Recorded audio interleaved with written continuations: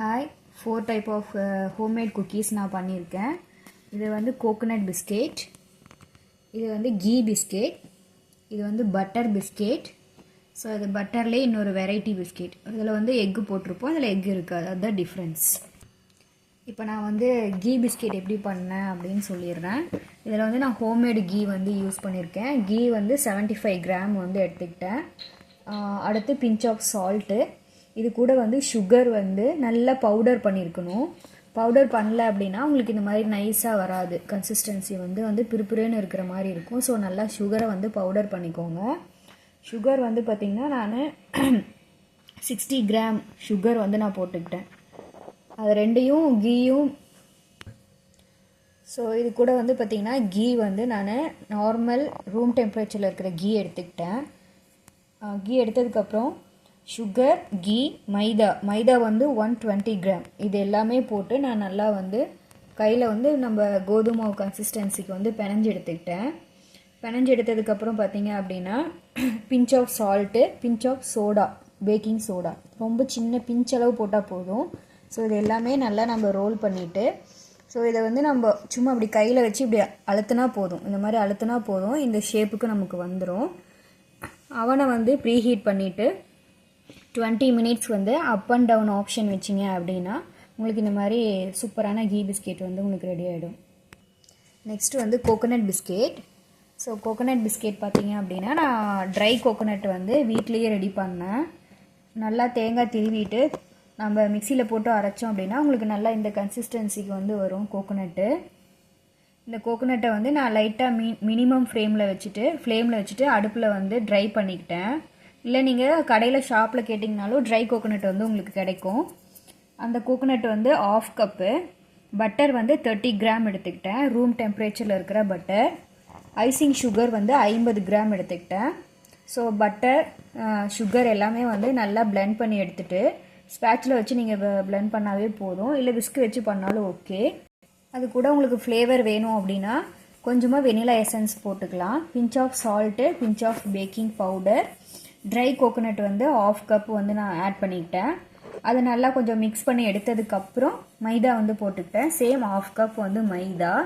இது எல்லாமே நம்ம வந்து மிக்ஸ் பண்ணி எடுத்துட்டோம்னா நமக்கு நல்ல சேம் அந்த கோதுமை கன்சிஸ்டன்சி கிடச்சிரும்.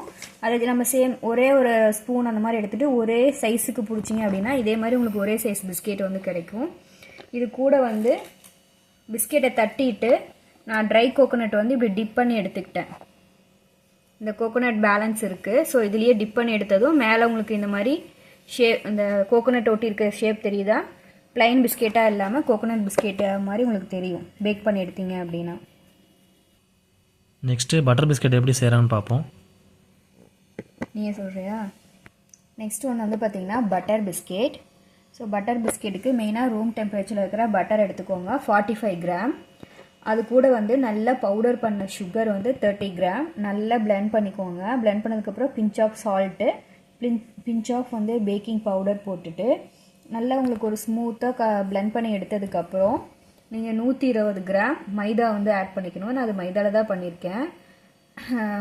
அதுக்கப்புறம் அதை வந்து நல்லா பிணைஞ்சு நீங்கள் கோதுமை பதத்தில் எடுத்துக்கோங்க. சப்போஸ் உங்களுக்கு அந்த சாஃப்ட் கன்சிஸ்டன்சி வரல அப்படின்னா மில்க்கு, நீங்கள் காய்ச்சின மில்க் எடுத்துக்கோங்க. காய்ச்சின மில்க் எடுத்துகிட்டு அதில் 1 டேபிள் ஸ்பூன் ஊற்றிட்டு நீங்கள் ரொம்ப அழுத்தி பிணையக்கூடாது, கொஞ்சம் சாஃப்டாக பிணைஞ்சிக்கோங்க.